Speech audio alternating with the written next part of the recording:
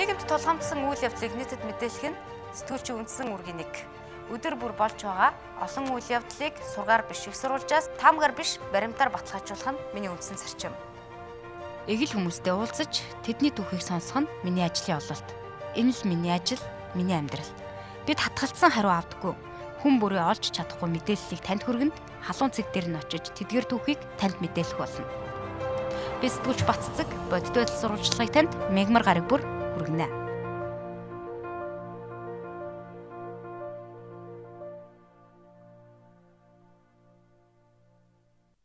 Дэлхийн олон улс ногоон эдийн засгийг дэмжин ажиллаж байна.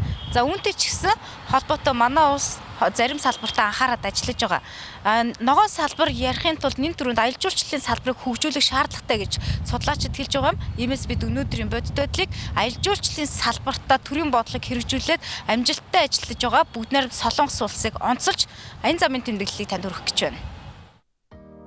Улсын нийслэлээс 10 хүний бүрэлдэхүүнтэй аяллаа баг бүгд найрамд Солонгос улсыг зорж байгаа нь бүгд найрамд Солонгос улсын соёл спорт аялал жуулчлалын яамны харьяа аялал жуулчлалын төрийн өмчт корпорац KTO Улаанбаатар төлөөлөгчийн газар цэнхэр бэх сэтгүүлчдийн холбооны хамтын ажиллагааны хүрээнд ийхүү аяллаа нэвтрүүлэг бэлтгэх боломж гарсан юм. Бүгд найрамд Солонгос улсын хувьд аялал жуулчлалын салбар эдийн засагт дэмжлэг үзүүлж ажилладаг байна. Аливаа үйлдвэрлэл шинэ бүтээгдэхүүн гаргаж түүнийг түмэнд таниулахад анхаардагтай ажил аялал жуулчлалын салбартаа тогтмол шинэ үйлчлэгийг нэвтрүүлдэг байна. Жуулчид ихэвчлэн байгалийн сонин содонд тогтоц түүхийн өлгийн нутагт очиж үзэж хардаг тусгай сонирхлын их мэдүүлчлэгийг авдаг гэж. Харин саяхнаас алжаал тайлах аялал жуулчлалын 25 маршрутыг шинээр нэвтрүүлсэн нь жуулчдын анхаарлыг татаж эхлэх байгаа юм. KTO Улаанбаатар аялал жуулчлалын төрийн өмчт корпорацийн ажилтнаас ийм мэдээлэл авлаа.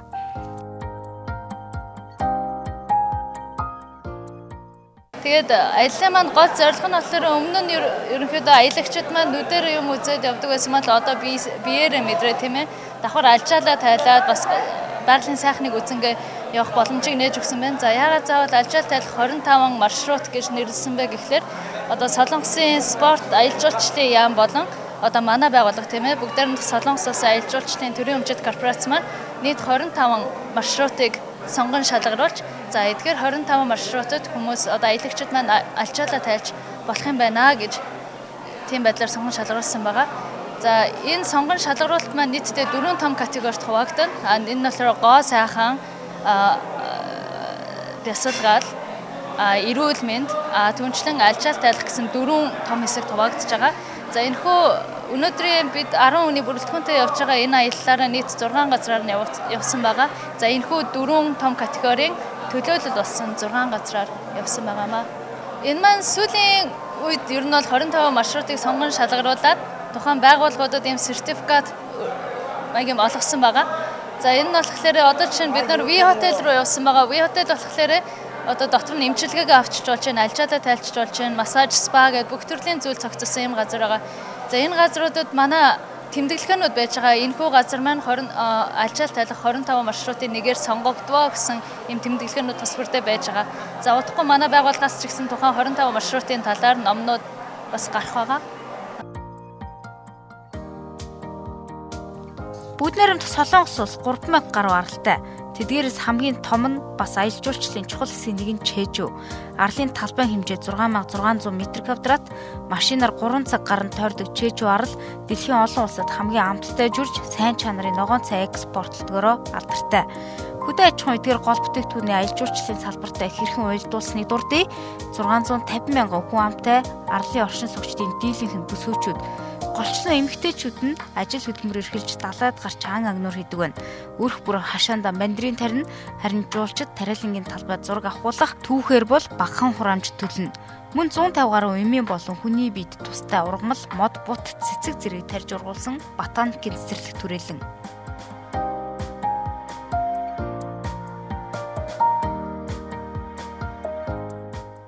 За энэ бол Чэжүү арал дахь ботаникийн цэцэрлэг түрээлэн нийтдээ 150 орчим мод бут ургамлыг бол тарьж ургуулсан байгаа. За эндээ түшиглээд бас алжаалах тайлах төвийг байгуулчихсан. Энд тарж ургуулсан зарим ургамал мод бутаар бүтээгдэхүүн хийгээд түүгээрээ жуулчдад үйлчилдэг бас нэг шин төрлийн бизнесээс сүүлийн жилүүдэд дэлгэрээд байгаа гэдэг зүйлийг бол хөтжүүлж байгаа. Тэгэхээр үндсэндээ бол ботаникийн цэцэрлэгт хүрээлэнгээ энэ хэмжээнд тогтчулж чадах юм бол жуулчдыг татах бас нэг хэрэгсэл болж байгаамаа гэдгийг бас хэлж байна.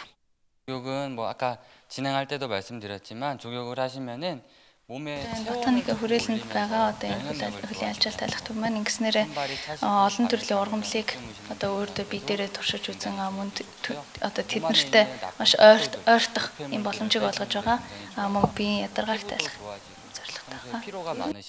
Хөлөө угаах нь биеийн ядаргааг тайлж дулааныг нэмэгдүүлдэг. Ингэснээр биеийн альжаал тайлж харьсыг амрааж зөөлрүүлдэг. Ботаникийн цэцэрлэгт хүрээлэн түшиглэж байгуулагдсан учраас олон төрлийн ургамал бүтээгдэхүүнийг хэрэглэж турших боломжтой. Биеийн ядаргаа бүрэн тайлагддаг. Манайхыг ихэвчлэн Энэтхэг, Япон, Таиланд, Тайваны жуулчид зорж ирдэг. 편하게 느끼실 수 있도록 그렇게 안내를 해 드리는 겁니다. Чэжүү арлыг жилдээ 3 сая орчим жуулчин дэлхийн өнцөг болон бүрээс зорж ирдэг. Галтуулын арал учраас этгээд сонин тогтоц бүхий хавцал цохиоч илбэг.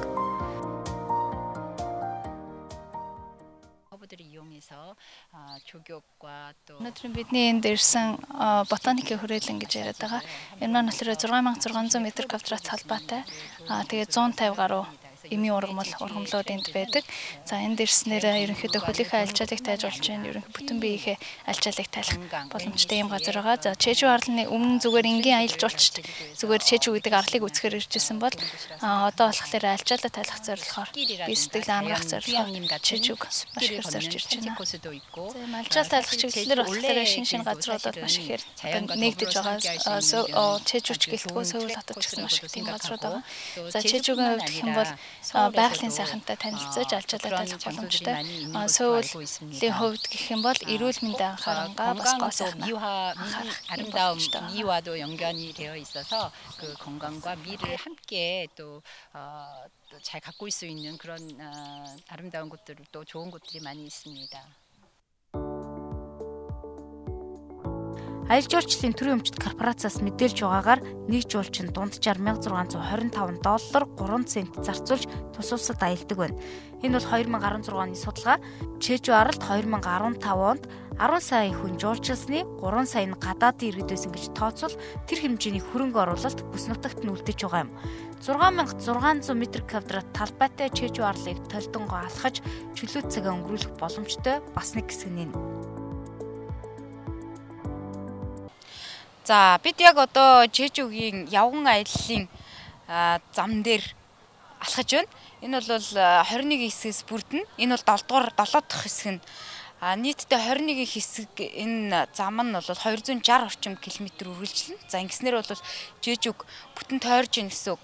За нэгсэндээ жуулчид болоод нутгийн иргэд бол чөлөө цагаа өнгөрүүлэх юм алхалтын бас ийм хэсэг хөгжүүлж өгсөн нь хийх ач холбогдолтой гэж нутгийнхан ярьж байгаамаа.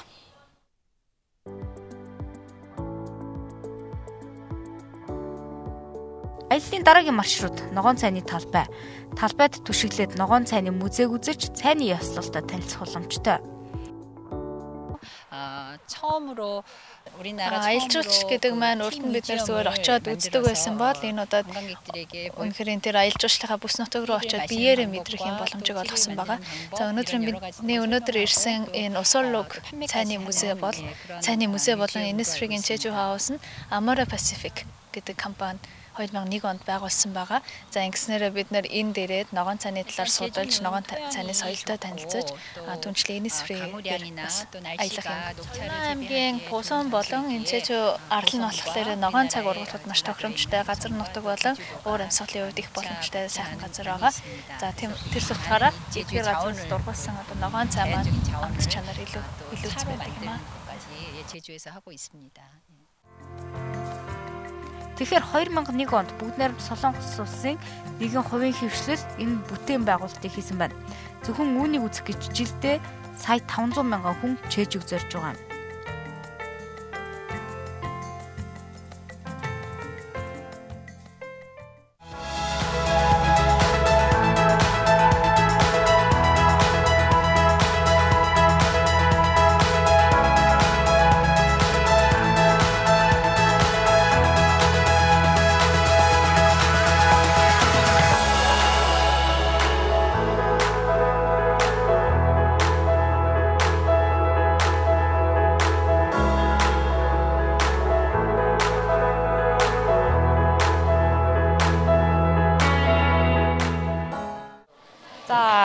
Энэ бол Солонгосын бас гоо сайхны бүтээгдэхүүн үйлдвэрлэдэг тэргүүлэгч компаниудын нэг Innisfree-ийн гоо сайхны бүтээгдэхүүн үйлдвэрлэдэг хэсгүүдийн нэг. Тэгэхээр яг одоо бид нар бол савн хийж байгаа. Үндсэндээ бол бидний сая орсон энэ том талбай бол ногоон цайны тариалангийн талбай байгаа. Тэгэхээр тэр ногоон цайныхаа тариалангийн талбай дээр түшиглээд ногоон цайны мөсөө хийсэн, за уг бүтээгдэхүүнээ борлуулдаг, дээрээс нь цайны эсэлтээр танилцуулга хийж байгаа. За ингээд хажуухан талд нь Innisfree буюу энэ гоо сайхны үйлдвэрлэлийн нэг хэсэг байгаа. Тэгээ энд бол жуулчид ногоон цайны мөсөөгөө үзчихэд наашаа ирээд савн хийгээд бүтээгдэхүүнтэй танилцаад авах боломжтой. Ингээд цогцоор нь хөгжүүлсэн нэг жишээ болж байгаамаа.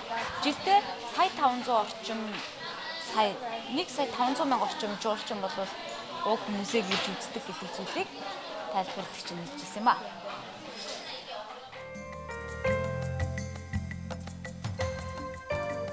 Энэ бол хондэ, залуусын гудамж. Ихтэй сургуулиуд энэ хэсэгт оршин залууст чиглэсэн чөлөөт цагаа өнгөрүүлэх үйлчилгээний газар цэцэрлэг талбай энд олон. Худалдан борлуулж байгаа бүтээгдэхүүнүүд ч залуусынхаа сонирхолд нийцсэн гэх мэт. Энд бид уламжлалт, анагаах ухааны чиглэлээр эмийн ургамлаар алжаал тайлдаг кафед зочлоод байна. 48 төрлийн эмийн ургамлаар бэлтгэсэн элэг, уушиг, зүрх, ядаргаа тайлах гэх мэт олон үйлчилгээтэй цайгууж хөлийнхээ алжаалыг тайлдаг үйлчилгээнд ихэвчлэн залуус хамрагддаг гинэ. Заримдаа ээж аав эмээ өвгөж авчирч гэр бүлийнхнээ баярлуулдаг гэж отч нь хэллээ. Манай эмчилгээний кафе нь Солонгосын анагаах ухаанд ашигладаг орц найрлагаар үйлчилдэг. Уламжлалт анагаах ухаанд ашигладаг ургамлын цайг уунга хөлийнхээ алжаалыг тайлах бүрэн боломжтой. Хүний биеийн эрхний цэгүүд хөлийн ууланд байдаг учраас хөл бол маш чухал эрхтэн. Манай эмчилгээний кафед нийт 48 төрлийн цайгаар үйлчилж байна. Хөөжүүн гэж дэлхийд алдартай эмч байсан. Түүний жороор бэлтгэсэн эмчилгээний ургамалтай цайлдаа 21,000 төрлийн эмийн ургамал байдаг. Гэхдээ ихэнх нь ач тустайгаар зэрэгцээд сөрөг нөлөөтэй. Түүнийг судлах хэрэгтэй. Харин бид аливаа сөрөг нөлөөгүй эмийн ургамлуудаар цай бэлтгэдэг. Завгүй амьдрал, стресстэй нийгэмд алжаал тайлах нь чухал. Идэж байгаа хоол, орчны нөлөөнөөс шалтгаалаад хүний бие тодорхой хэмжээнд хорцсон байдаг байна. Алжаал тайлах аяллаа нэг хэсэг нь биеийн хорыг гадагшлуулах үйлчлэг гинэ. Энэ бол Японоор хиноки гэж нэрлэгддэг нэг төрлийн шилмөст мод. Бусад төрлийн модыг бодвол өөрийгөө хамгаалдаг, цэвэршүүлдэг, бодис ядгаруулдаг учраас үүгээр гэрийн тавилга хийж үрцээр нь биеийн хорыг гадагшлуулдаг байна. 그 히노키라는 이제 나무가 히노키с манай улсад маш ховор ургадаг. Бид алжаал тайлах төвийнхөө интерьер дизайны тогшин зэрэг хиноки модоор хийсэн. Хүний биеийн хорыг гадагшлуулдаг учраас өөрийгөө хамгаалж цэвэршүүлдэг учраас ийм бодис ихээр агуулдаг. Үүнийг нь ашиглаад хүний биеийн хорыг гадагшлуулж дархлааг дэмжих боломжтой. Та бүгд сая хинокиг найрлахтаа цай уусан. Халуун өртөс дотор хэрэглээ. Энэхүү үрдс нь асрын халууныг өөрөөсөө ялгаруулдаг. Ингэснээр цусны эргэлтийг сайжруулж хорыг гадагшлуулж байгаа нь тэр юм. 통해서 내 몸의 면역력을 높여줄 수 있는 그런 여러 가지 효과를 보실 수가 있는 거예요. Энэ бол Ганнам 50 гаруй жилийн түүхтэй үндэсний гоо сайхны бүтээгдэхүүний нэрийн дэлгүүр гоо сайхны салон энд оршино. Зөвхөн охид бүсгүйчүүд гэлтгүү эрчүүд ч гоо сайхандаа анхаарч үйлчлүүлдэг хэсэг. Энд манай улсаас урлаг соёлын салбараас жуулчид их ирж үйлчлүүлдэг юм байна. Аялал жуулчлалын гэлтгүү үйлчлэгийн салбартаа энд хамгийн төгс хэвшүүлсэн зуршил харилцааны соёл. Ноорхоо хувцастай сэгсэр үстэй хинч хаач очсон угтагч нь инээмсэглэн угтаж талархан үздэг. Энэ жишг ялангуяа алжаал тайлах 25 маршрутад багтсан үйлчилгээний байгууллагад нэн төрөнд ажиглагдана. Манай аялагчид энд үйлчилгээ авч нэг гоо сайхны үйлдвэрийн 50 жилийн түүх бүтээгдэхүүн үйлдвэрлэлтэй хичнээн олон төрлийн ургамал ашиглаж байгааг энд тайлбарлагчид сонссожээ. 6 төрлийн үйлчилгээтэй 150 гаруй бүтээгдэхүүнийг энэхүү үйлдвэр зах зээлд нэвтрүүлж байгаа юм.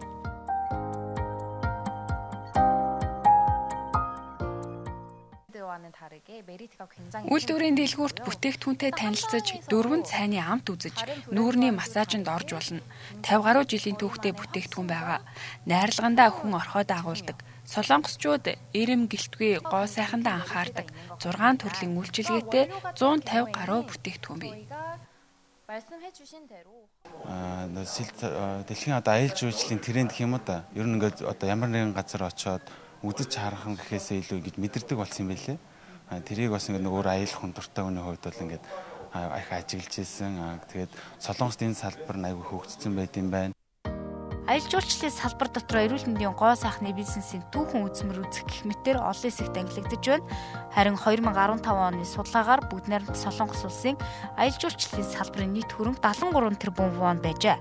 Энэ нь тус улсын дотоодын нийт бүтээгдэхүүний 2.5%-тай тэнцэж байна.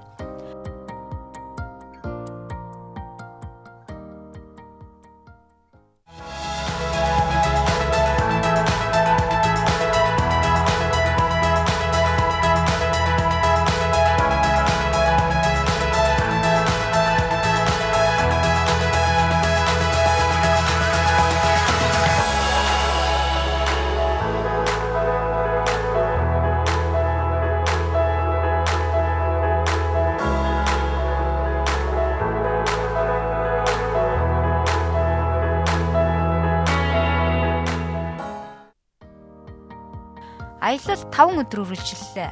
Төгсгөлд нь аяллаа багийнхан лоттой цамхагтай танилцж байгаа нь нийт 123 давхар энэ байгууламж өндрөөрөө эхний 5 дотор ч гэсэн дэлхийд алдартай Солонгосын компаниудын нэг лотогийн үүсгэн байгуулагч нь 1990-ад оны ихэнх үеэр өөрийн мөрөөдөл болох улсдаа хамгийн өндөр барилгыг барих ажлыг эхлүүлжээ. Дэд бүтцийн хувьд асуудалтай болохгүй гэсэн шийдвэрийг хотын захиргаанаас гаргасан байна.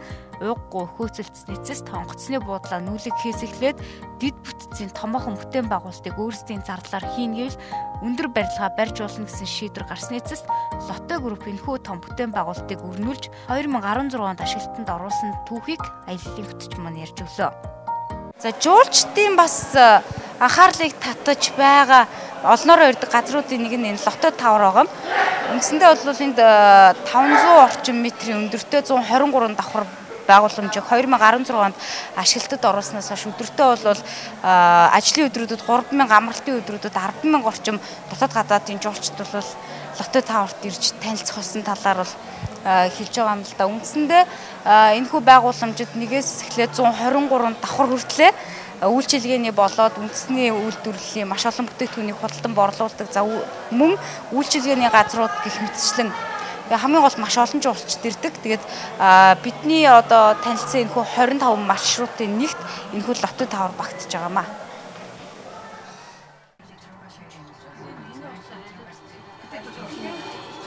롯데월드 단지의 야경과 축제를 감상해주겠습니다. 롯데월드 타워를 중심으로 한 불꽃놀이쇼와 석촌호수 공원 등 야경의 아름다움을 느끼실 수 있습니다. Now it's time to take a look at the night view and festivals near the Lotte World Complex. 세 번째로 높은 전망대 타워로서는 세계에서 5번째로 높은 타워로 되어 있어요. 그리고 지금 저희 평일 같은 경우 цамхаг тавцангаараа дэлхийн өндөр барилгын 5 дугаарт жигсдэг. Нийт өндрөөрөө бол 3-т ордголдоо амралтын өдрүүдээр 100000 орчим хүн ирж үйлчлүүлж байгаа. 117 давхарт гараад тавцан руу нэвтэрдэг. 118 давхраас эхлээд шилийн шалтай болно. Ингэснээр хүмүүс орчин тойрноо илүү сайн харах боломжтой. 119 давхраас эхлээд кафе, зоогийн газрууд бий. 119 давхарт амттан, 120 давхарт тагт байдаг. Хүмүүс тагтан дээр гарч цэвэр агаар амьсгалдаг. Гэхдээ ойрын өдрүүдэд цагаагаар тааламжгүй байгаа учраас тагтыг хаасан байгаа. 엔젤리너스 카페가 들어와 있어서 손님분들이 저희 전망을 보시면서 편안하게 관람을 하시면서 커피를 드실 수 있게 마련되어 있습니다. Дэлхийн олон улс ногоон эдийн засгийг дэмжин ажиллаж байна. Уул уурхаагаас хараат бус аялал жуулчлалыг сайн хөгжүүлж чадвал мөнгө олох боломж их бий. 50 орчим сая хүн амтай бүгд найрамд Солонгос улс энэ мэтчлэн аялал жуулчлалын салбарыг хөгжүүлж бас анхаарч эдийн засагтаа дэмжлэг болгож байна. Аяллаа багт хамт аялсан сэтгүүлч уран төгсдөө ярилцлаа.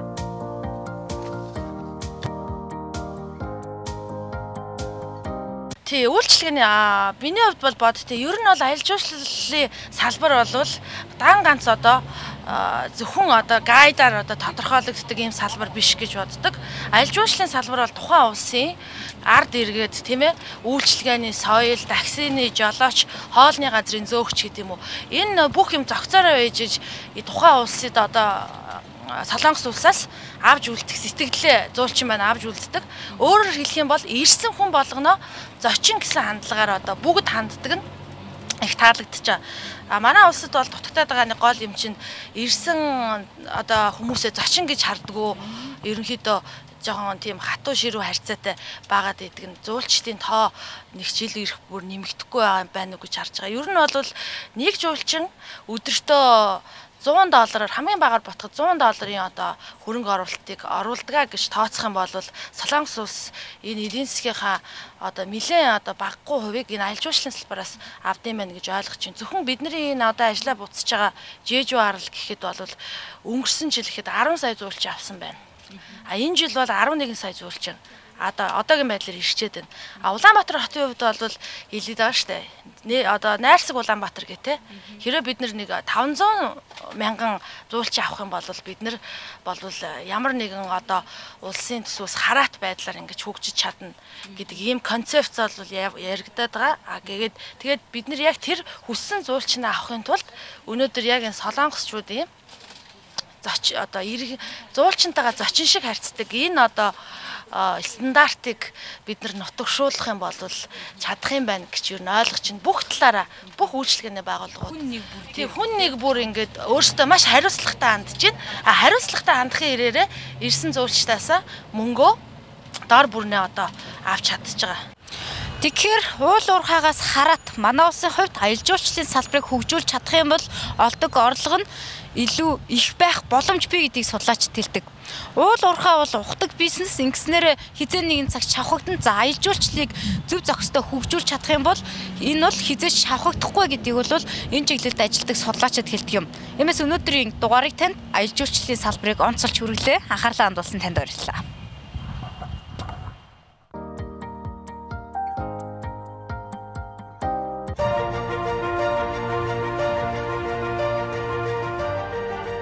Нийгэмд тулгамдсан үйл явдлыг нийтэд мэдээлэх нь сэтгүүлчийн үндсэн үүргийн нэг. Өдөр бүр болж байгаа олон үйл явдлыг сургаар биш их сурвалжаас таамгаар биш баримтаар баталгаажуулах нь миний үндсэн зарчим. Эгэл хүмүүстэй уулзаж тэдний түүхийг сонсох нь миний ажлын ололт. Энэ л миний ажил, миний амьдрал. Бид хатгалцсан хариу авдаггүй. Хүн бүрээ олж чадахгүй мэдээллийг танд хүргэнд халуун цэг дээр нь очиж тэдгээр түүхийг танд мэдээлэх болно. Би сэтгүүлч Баццэг бодит байдал сурвалжлагыг танд мегмар гараг бүр хүргэнэ.